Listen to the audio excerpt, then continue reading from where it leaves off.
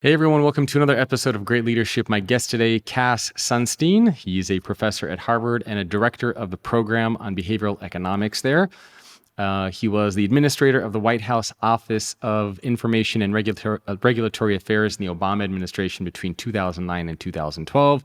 Written several best-selling books, including Noise: A Flaw in Human Judgment, which was written with Daniel Kahneman. And he has a brand new book out with a pretty interesting title called How to Become Famous: Lost Einsteins, Forgotten Superstars, and How the Beatles Came to Be. Cass, thank you for joining me. Thank you. It's great to be here. So, fun story about behavioral economics. When I was at the University of California, Santa Cruz, I was studying economics and psychology there, and I was the first person to ever put together a panel of economics professors and psychology professors at the school to talk about behavioral economics because I was so interested in that. So when I read that in your bio, I thought it's a very fascinating field. So maybe if we get a couple minutes, we'll dive into that. But some of the main themes that I wanted to talk about today, the difference between success and fame, the challenges with some books that you've outlined, like Good to Great and In Search of Excellence, because I thought you made some very great points there, not just for those books, but just common business books and business research in general that we see. We'll talk about the power of narratives, the importance of serendipity and luck, which people who've listened to this show know that theme has come up quite a few times. And then hopefully we'll get to talking about networks, cascade effects, and group polarization. And towards the very end, for the Leaders Toolkit section, we'll talk about how leaders can help teams do better and why some leaders are actually successful in that and why some leaders fail. But let's get started with just a bit of background information about this book, because just looking at the title, it seems to be very different in terms of some of the other books that you've written, how to become super famous. What led you to write this book? Okay, so this has a strange foundation. I was full-time in the Biden administration for a while, and then I shifted to a more part-time position. And in the more part-time position, I have authorization to write. If you're full-time in the government, there are severe restrictions on that. And I saw there was a journal called the Journal of Beatles Studies, and I thought I should definitely write for that. Not for any good reason, but just I really wanted to write for that. And I proposed a paper on the difference between Bob Dylan and the Beatles. Dylan edgier, a little more rage in him. The Beatles are sweeter. And the editor kindly said, that's a good idea. And I wrote the first paragraph of the essay for them, and it was so terrible. I was so bad at writing about music that I thought I can't really write about that. So why don't I write about something that's more connected with what I focus on? So I wrote something on Beatlemania, how the Beatles got famous, how they completely took off, why that happened, how that almost didn't happen. And the editors said that was good enough. And I put it on the Social Science Research Network as a working paper. And Scientific American did a piece on it. The New York Times did a piece on it.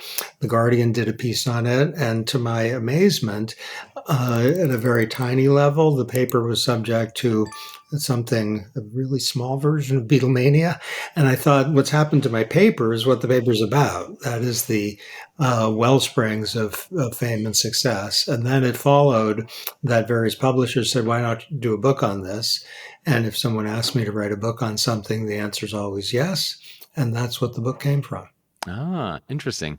Okay, so that's kind of how you got into this. Why this book though? Like why were you so interested in some of these trends? I mean, you talk about historical fiction or historical characters, as you mentioned, like the Beatles. Why look at how people become famous? And do you see applications between some of the research and the findings from the book in the business world? Completely. So if you think about why people do well as leaders or as companies or as politicians, intuition suggests it's because they're amazing. Or if intuition goes a little deeper than that, it suggests we should ask, take 10 successful leaders and ask what they have in common. And then maybe they are all tall, or maybe they're all angry people and they push their people really hard, or maybe they're all really sweet people and are really generous to their people. And then we declare victory. We have Yep. an account of what produces fame or success. The intuition that they're amazing is maybe true, but not an adequate story, because there are plenty of people who never made it in business or as leaders who are really amazing. They never got there. And regrettably, there are plenty of amazing people. I'm not going to name them in business and in the culture. They're not amazing, but they got really famous and successful. So that's not necessary or sufficient. And if you find that everybody in, let's say, New York who did really well in business is really mean, every leader is really mean, they're short tempered, that wouldn't tell you much at all, because it might be that the fact that they're short tempered and mean is not responsible for why they did well. Maybe they're also, really smart, or they're also really funny, or they're also really able to move on a dime. They're flexible. So their meanness isn't responsible. So there are a lot of myths out there about Mm. leadership and business, politics and culture. And I find the myths fun, Yeah. and to debunk them is a path forward. Yeah, there were two books that you highlighted, at least in the beginning of your book. One was Good to Great, which, of course, Jim Collins, that book is, so many people use that as kind of a blueprint for their organizations. And then Tom Peters' book, he was a guest on this show, I think, last year, In Search of Excellence. But I think it's a very common theme across a lot of business books, right? We tend to just look at the successful characteristics or qualities that successful companies have or leaders have, and we assume that it's because of those qualities and characteristics that they got to where they are. It reminds me a lot of. So I'm reading a book now. Do you know who Joseph Henrich is? Yes, I do know. He's terrific. Yeah, Yeah. so he wrote a book a couple years ago, and I'm just reading it now, called "The Weirdest People in the World: How the West Became Psychologically Peculiar and Particularly Prosperous." And he makes a very similar point in that book, where he says that a lot of studies in psychology, they do these surveys and they do these samples, and they assume that what you get in there is fact, but they don't take into account the differences that people in Western civilizations have compared to non-Western civilizations that can actually skew those numbers and make everything out of whack. And so as I was going through some of the stuff in your book, it reminded me a lot about that. Like, it's not just the fact that those qualities exist in leaders that got them to where they are. So does that mean that a lot of the business books, a lot of the research, like all of the stuff that we've been paying attention to in Good to Great, In Search of Excellence, all that stuff is just useless and not helpful for us? We shouldn't be paying attention to that? Well, it's a little harsh to say that any particular person has done a book that's useless. And as an author, I'm especially attuned to the harshness of that. So I don't want to call any particular person out, though I kind of do in the book, as you say. Let's be a little more abstract, if we might. Let's suppose that we're trying to figure out why people in Silicon Valley did well. Why did people who did well, why did they do well? Let's suppose we have a group of them. Maybe we start with 10, or maybe we go up to 200. And we find that 10 of them had a tough childhood. They all had a hard childhood. And, maybe their parents were divorced, maybe their dad was mean. And then we expand the view screen to the 200, and we find, my gosh, it's true of 200 people in Silicon Valley who did really well. And then we publish a book saying the good news about a troubled childhood. That could be a Mm, bestseller. It's not a trustworthy, regrettable book. It's a regrettable book. It's not a trustworthy book. It's regrettable that it's not a trustworthy book. And the reason is that if you find that there's some characteristic shared by a bunch of successful leaders, you have no clue about whether that's responsible for their yeah. success. In fact, it's an error that has a name. It's called, often it's called sampling on the dependent variable, that you find some dependent variable that connects various, let's say, successful people or failed people or charismatic people or and sad people, and you wouldn't know that the shared characteristic is the responsible one Yeah. for their success. So I confess the business books that commit this well-known error. Love the authors, wish them well, and wouldn't trust their findings. Did you know that 96% of the people who watch videos on this channel are not subscribed? Do me a favor. Subscribe to this YouTube channel so that you can get access to more videos just like this. It literally takes you 1 second and it helps the channel quite a lot. But it's funny, we do this inside of our companies too all the time when we do like our employee engagement surveys or when we do like our studies of high performing teams in our companies. Google famously had, what was it, Project Aristotle, where they were looking at what makes the high performing teams, and they did some studies and they said, okay, the best performing teams inside of Google do this. Therefore, everybody needs to do this. And we do that all the time inside of organizations where we do our employee engagement surveys, where we do, high performer versus non-high performer. So I guess that makes it very tricky for organizations that are trying to replicate great leadership or great team performance. How do you then figure out what you should be looking at? Like, what are the real elements versus what are not? To your point, where you were looking at like a troubled childhood, and I actually had somebody, I think a year or two ago, he wrote a book, I think it was called like the VC mindset. And he was talking about, to your point, what does the venture capital mindset look like and how do we replicate that inside of our organizations? And this is what the successful teams and VCs do.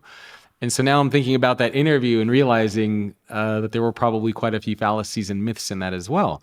So how do you separate the meat of what you should be focusing on versus what is just maybe not relevant? Or can you even do that? Okay, so let's distinguish two things. Let's suppose Google is trying to figure out what high-performing teams, what makes them high-performing. Suppose one thing is they go to their 5 high-performing teams and they think, what do they share in common? And let's suppose everybody on the high-performing teams is nice. And then they think, well, niceness is the key to a high-performing team. I hope Google doesn't do that because that's... I hope not. The technical term is junk science, but here's something that isn't junk science.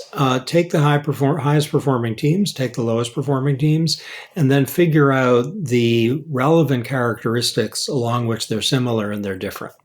Now you're not sampling on the dependent variable anymore. You're not just going after the good performers and saying what's a characteristic they share.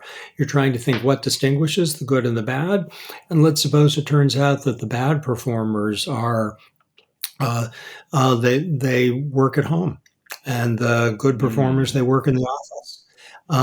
That's not sufficient to know that that's responsible. It could be a coincidence, but it's an entry point into testing a bunch of other things. You wouldn't just test, are they at home in the office? If you have a very large data set and they're identical teams, of which, let's say, 120 worked at home and 120 came into the office, and the 120 who came into the office did a lot better, then you have a clue that that's a strong clue.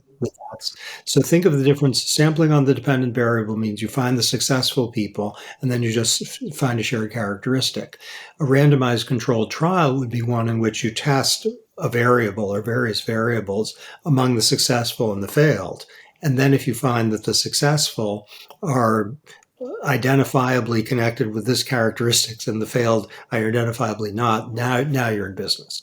So the problem with finding that, let's say, the successful company leaders all came from sad families, unhappy broken families or something like that, is there are undoubtedly a ton of unsuccessful leaders at unsuccessful companies who also came from families that were broken or not very happy.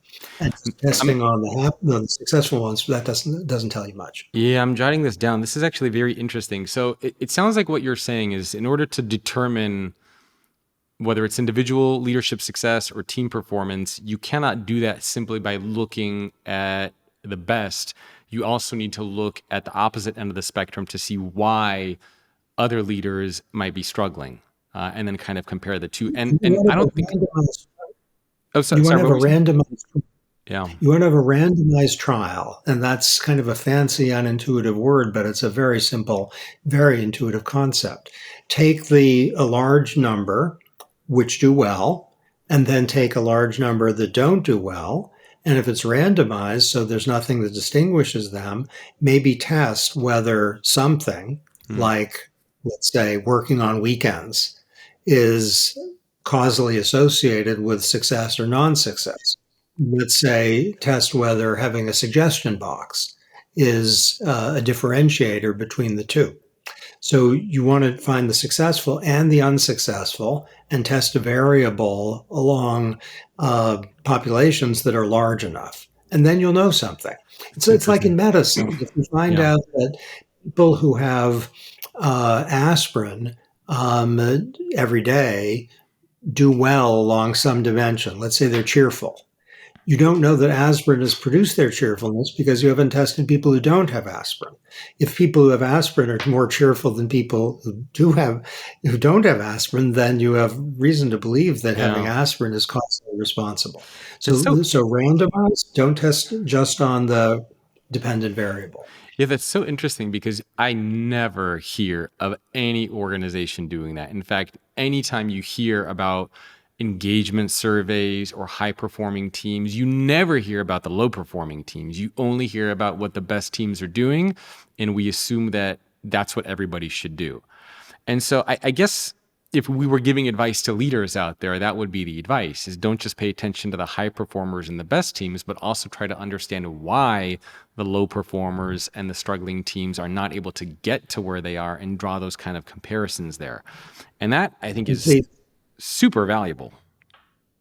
Completely. And it's not as, thank you for that. And it's not as original as you might think. So I was on the Defense Innovation Board at the Department of Defense a few years ago. Okay. And there were people on the board who were from Silicon Valley. And I said to one of them, someone who had a lot of experience at Silicon Valley, I said, isn't cost benefit analysis great? Isn't that what we should do? And he looked at me skeptically, which really surprised me. I thought he'd say, yeah, we love cost benefit analysis. So we don't do cost benefit analysis. I said, how can you run a business without cost benefit analysis? He said, we can't do cost benefit analysis. We don't know. I said, what do you do? And he said two words: we test. And I thought that was extremely revelatory, that at this Silicon Valley company, at least for products, they don't just see what works. They test. They have a large population gets this, a large population doesn't get this. And then does it change popularity of a product? So if they do this to some product and then the product goes like that, they've tested, they know that's a great thing. If they do this to the product and the product's like flat, then they think, oh, that didn't work. Can you do this in a smaller level? So let's say, for example, I'm a leader of a team that has 10 people, and I have, let's say, 2 really high performers. Let's say I have 5 that are average and 3 that are not performing well. Can you do this on a smaller scale too, where maybe I interview those 2 people, find out why they're high performers? Maybe I only have 3 low performers, but would that give me some insight around things that I can compare, or does it need to be a large data set? It's a great question. So for science, we need a large data set.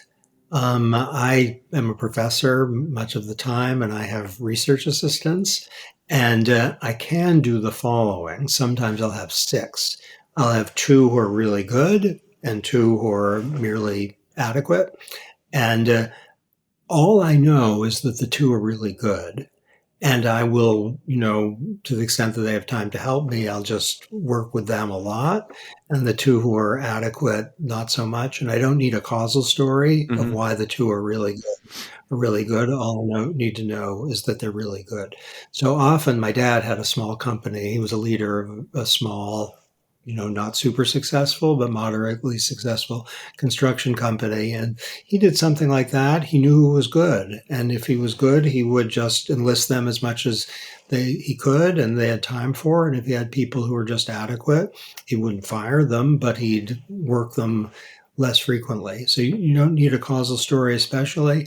It might be that you learn that in a small company that people who, let's say, had work experience of 5 years or more they're great, and the people who had less than that, the newcomers, it takes a long time for them to get good. And then it's not in high numbers, but it's randomized. You see what differentiates the good from the not good, or do they have a lot of previous work experience? And that's not science, but it's useful information. Yeah.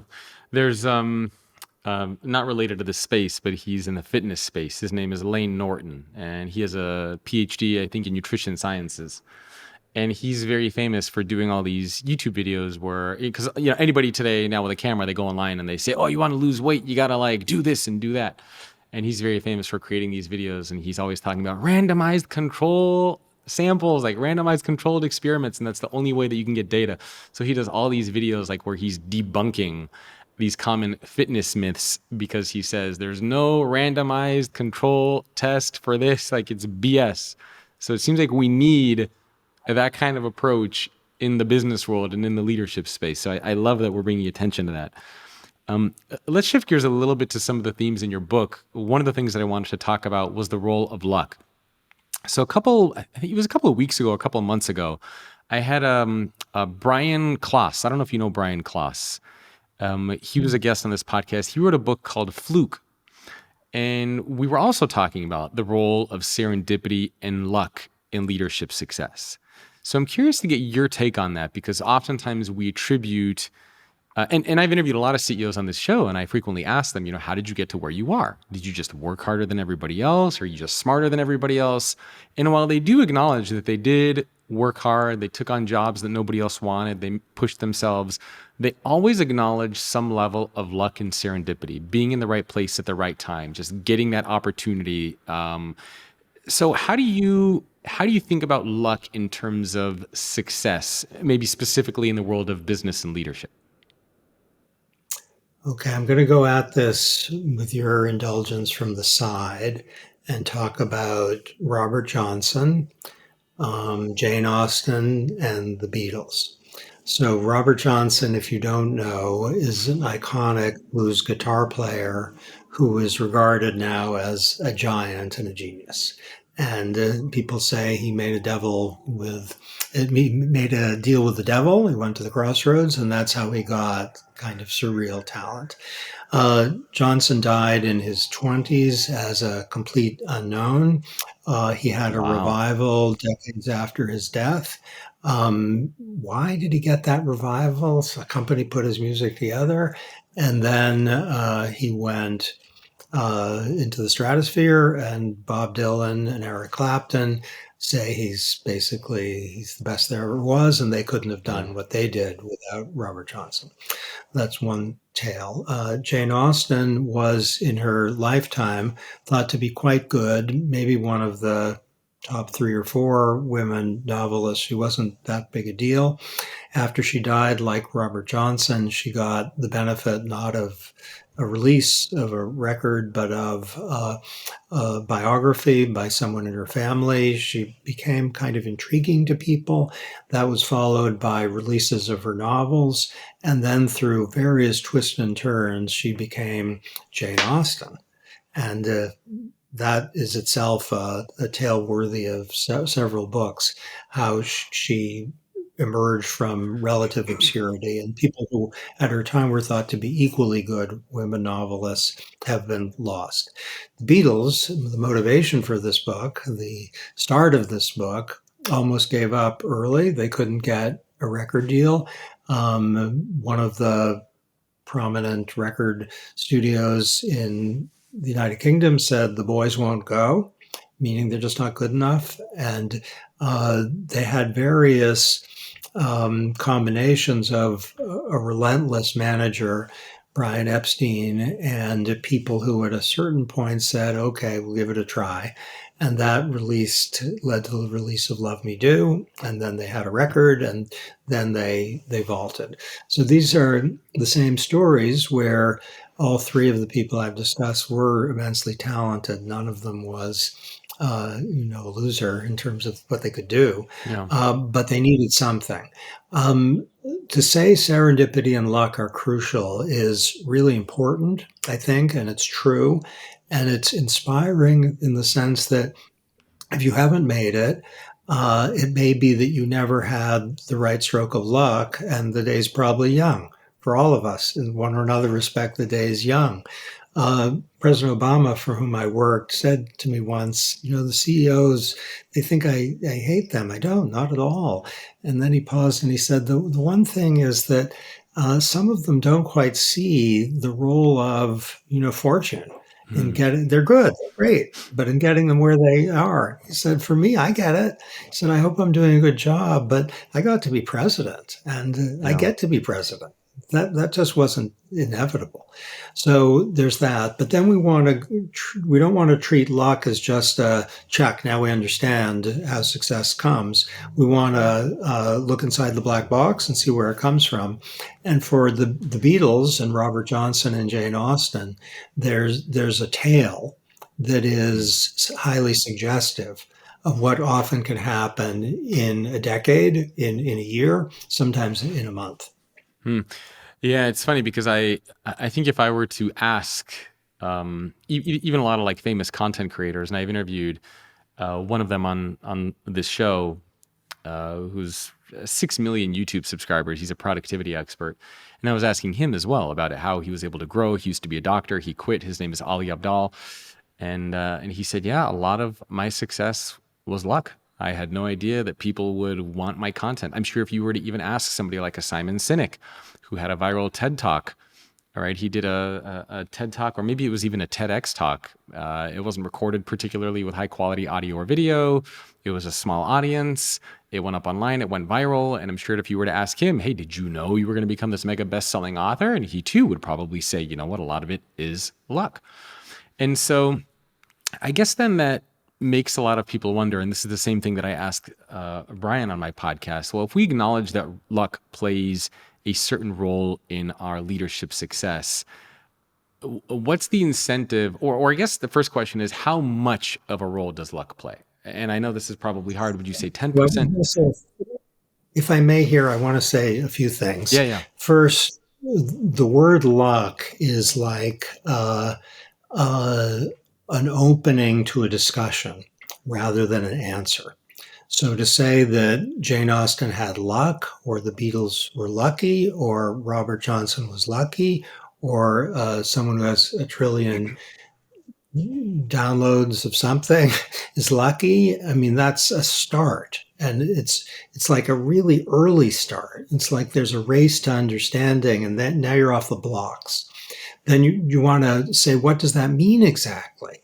And one way to go is to say, we want to look at detail at particular cases, and we're not going to sample on the dependent variable. We're just going to try to understand what happened. And with the Beatles, there's a lot of discussion in my book of the Beatles. We know exactly what the key moments are and what happened. And with Jane Austen, who's also in the book, that in detail, we can give an account of what happened. And with Robert Johnson, who's in the book, the detail is modest. We know what happened. And then if we want to understand, we want to see what are the recurrent patterns that lead either within someone's lifetime or over the course of years to success or fame. And to ask the famous person, how did you get there? There's no reason to think they would know. They wouldn't know. They would know about their life, but how would they know? So Bob Dylan, a real hero of the book, was asked when he was, in the stratosphere, how did you get there? And he wouldn't answer that question. And the reporters were getting increasingly frustrated at his mischievous unresponsiveness. And he said, what happened? You enjoy happenings. You don't talk about them, so I'm not going to talk about them. Okay, with respect, Mr. Dillon, I'm talking about them, and we can say a little bit about what happens. Typically, there's either a champion who's very, very energetic, who may be a family member, maybe a second in command, maybe relentless, or there's a network. And the word network itself has to be explained.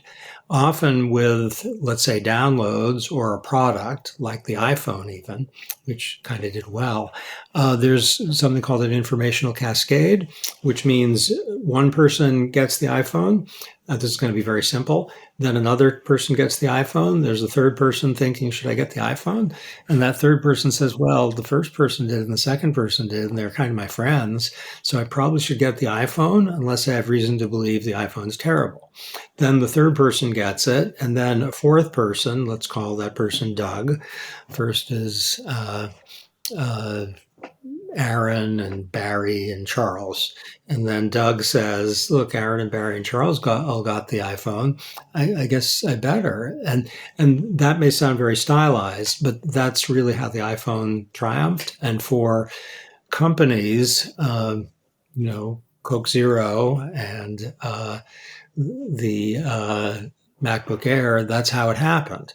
Now, if the product is terrible, then the fifth person, call it Edie, will see the first four were wrong and the iPhone broke after a week. So I don't want that.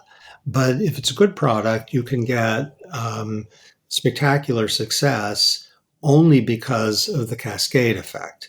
And for the Beatles, it was a network. It was completely a network, which started in Liverpool, then went to London. And Taylor Swift, one of my heroes, she's great. But is she inevitably the iconic Taylor Swift? No. And Ms. Swift, if your answer to that question is no, hooray, you would have experienced your life. If your answer to the question is yes, my success was inevitable, I'm surprised, Ms. Swift. And I also think you're wrong on that, which is not to diminish your incredible achievements, which are innumerable. If you're listening to this podcast, you're probably interested in excelling in your career.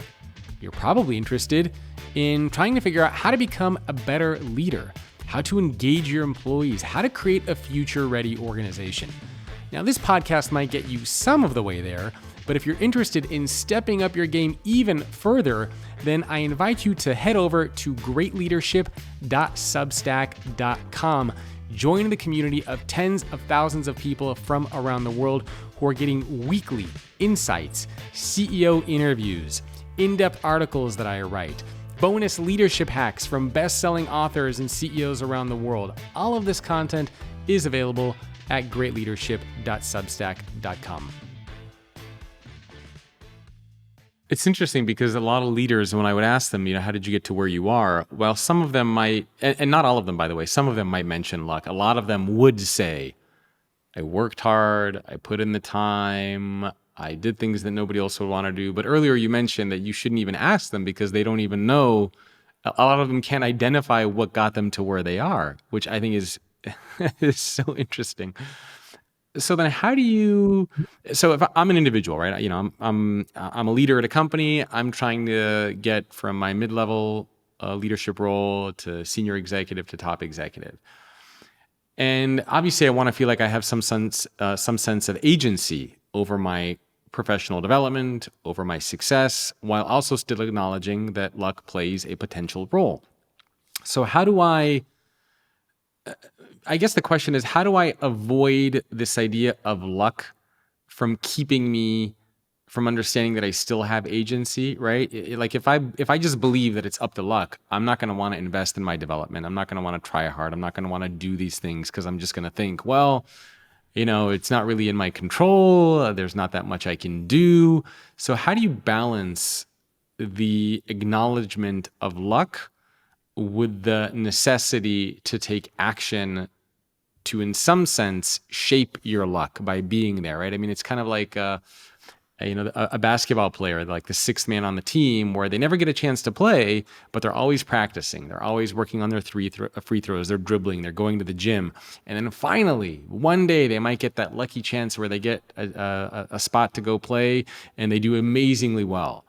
So yeah, it's lucky that they got a chance to play because maybe another player got hurt, but they were also making sure that when that moment came, that they were ready, that they were practicing, that they were in tip-top shape. So how do you balance those two things? Okay, so as noted, luck is a start toward understanding, but not adequate. So you could have a really lucky 5'1" non-athlete who's not going to make it to the NBA, even if everything goes that person's way. Or you could have someone I had a student who, a really amazing student who said he wants to be president. That's a lot to hope for yourself. And let's just bracket this person's characteristics and say that the median person or law student doesn't have the characteristics that would make them a potential president, even if they're super lucky. So they might not be charismatic, they might not be social enough, they might not be interested in or good at fundraising, they might not be quick on their feet. And those are characteristics of a person. Those are not characteristics of luck. So let's say that if you have someone who says, aiming to be really a leader in a construction company, and the person has no competence at leading a construction company, they probably should try something else. So you want someone who's really good at the thing. If you have someone who's works very well with people, is flexible in the right way, is likable, is a strong listener, is decisive, and also has some vision. I'm just isolating some uh, characteristics of a Hmm. person. To cultivate those things will increase your chances of being a leader. And the word leader is pretty broad. So, leaders at the US government. I've seen them at the United Nations. I've seen them at the World Health Organization. I've seen them at universities. I've seen them in companies large and small.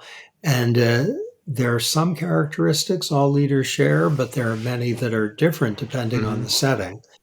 Some people can be kind of nerdy leaders, and in some places you better not be too nerdy, or you're not going to get the confidence and enthusiasm of your workforce.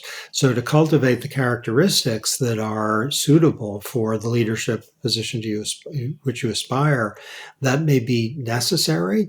And to be really good at the thing. So it may be that you're going to lead a little business, and there are two things you need. You need vision and you need diligence. And then you better think, what's my vision? And you better think, my weekends are for my company, not for myself. And that can be, if it's a place where that's important, then to the characteristics you need won't necessarily get you there. But if you don't do that, you're not going to get there. Hmm. Yeah, so you still need to have that level of competence, which you were alluding to.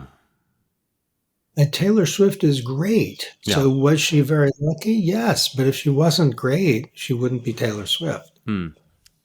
Yeah, it's kind of an interesting comparison to know that luck plays a role, but you still also need to be competent and good at what you do. Is it possible to give kind of like a percentage breakdown, or it's just not like 20% luck, 80% competence, or it could be No. just And totally different? Yeah. anything like that would be irresponsible. Yeah. It's not even clear what would be meant if you assigned numerical values to it. Robert Johnson was a great, great blues guitar player with incredible creativity. I think he didn't have a lot of songs. I know he didn't have a lot of songs, at least that we know about, but he's really good. Now, he was obscure for a long time.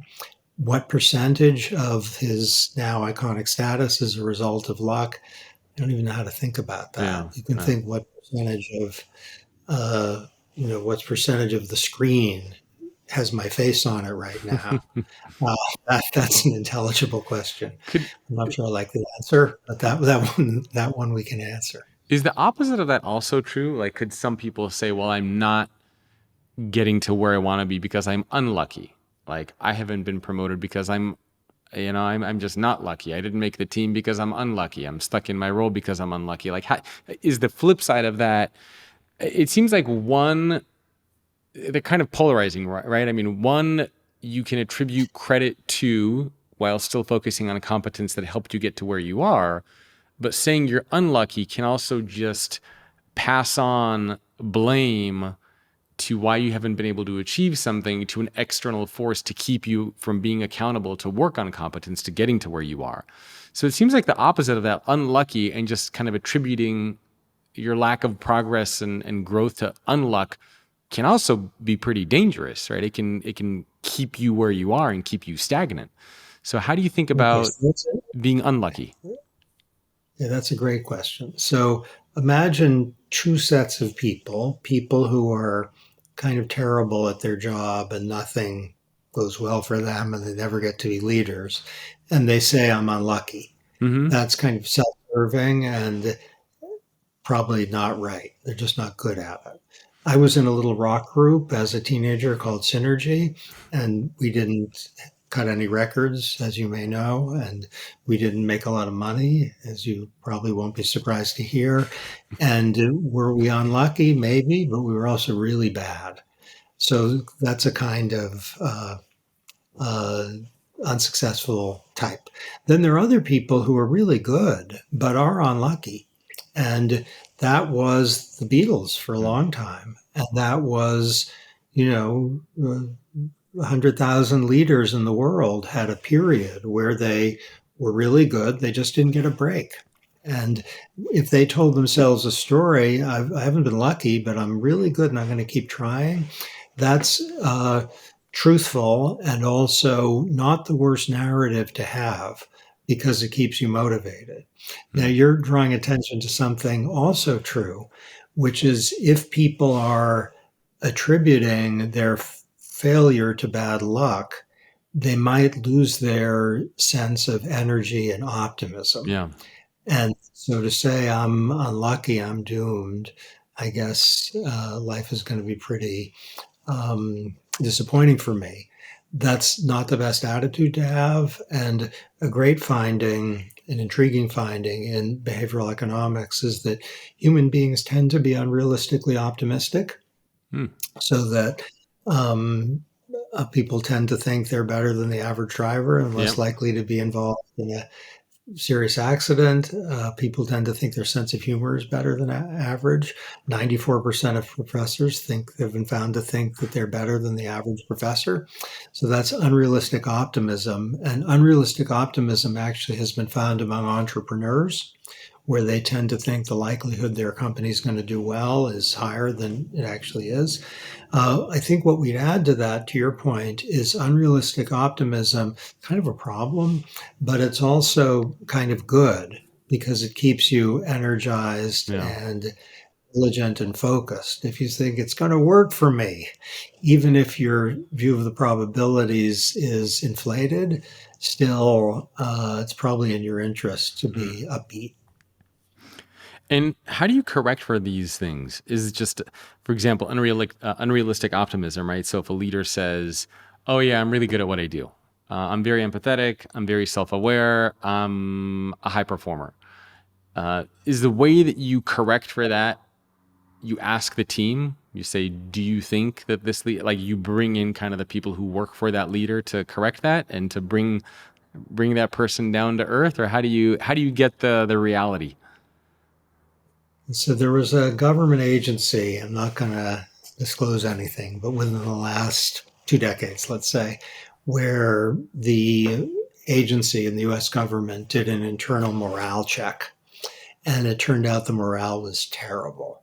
And the leader of the agency combined at the time tremendous competence with extremely bad social skills. So the person had really good judgment, really smart, but made everyone feel terrible. And so morale was awful. And the person had the reality check and morale was awful. And consistent with the person's not good social skills, the person says, we have to do it over again. We have to do the poll over again. I don't like the answer. I don't believe the answer. And so we have to do it all over again. And he was told by people, you can't do it over again. No one else gets a chance to do it over again. You don't get do-overs for morale checks in the government. And he was the boss, so he said, we're going to do it over again. It's my call. And then it was done over again, and the morale was even lower than the previous. You got a worse result. And to your point, if you think you're, really doing well in the sense of promoting morale, you can find out, and that can counter unrealistic optimism. Hmm.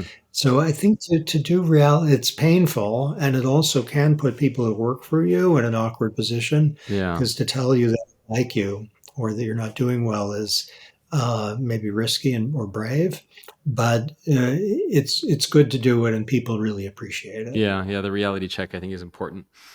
All right, let's shift gears a little bit to what I call the Leaders Toolkit section, where we give people, we have given quite a few different pieces of advice, but we're going to spend the next 10, 15 minutes or so really talking about how leaders can help teams do better, and maybe look at why sometimes leaders succeed, what are they doing right, and why do they fail. So let's talk a little bit about that. I'm a leader. Let's say I have a team, small team or medium-sized team. And as you probably know, leaders are frequently saying, I want my teams to collaborate more. I want them to be more innovative. I want them to be more productive, like the same stuff, right? I want more from them. How do I extract more from them? Where would you begin? How do you, as a leader, get your team to be better? And I know better is very subjective, but maybe unlock their potential, get them to go above and beyond, which today, honestly, it almost seems like telling people to go above and beyond is a bad word. And I mean, I don't know if you would agree with this, but I remember a time, and even, my parents are immigrants from the former USSR, where they were expected to work hard. They worked crazy hours to try to get to this country and build a life for themselves. But it seems like today, if you tell people to work hard or to go above and beyond or to make some occasional sacrifices, we get offended. All right, we don't want to do that anymore. So how do you unlock the potential of people without offending the delicate sensitivities of the workforce? All right, everybody, my conversation with Cass Sunstein continues for subscribers of Great Leadership Plus, and you're not going to want to miss this conversation, because Cass is going to share some strategies for how leaders can help their teams do better, and why some leaders are actually able to succeed when it comes to doing this, and why others fail. So he's going to go over a couple strategies and tactics there, only available for subscribers of Great Leadership Plus on Apple Podcasts. And when you subscribe, you'll get access to one of these episodes every single week, as well as ad-free listening. I know how much everybody hates ads. If you want all those removed, go ahead and subscribe on Apple Podcasts. And two other things that I'll mention: join our email community, greatleadership.substack.com, 40,000 people there. There's a paid version as well. To get access to that, it's greatleadership.substack.com/GL podcast, or you can email me, jacob@thefutureorganization.com. Tell me you want your 20% discount, and I'll go ahead and take care of that for you there. And last but not least, if you enjoyed this episode, please remember to share it with somebody who you would like to see become a better leader. I appreciate you tuning in. I'll see you next week.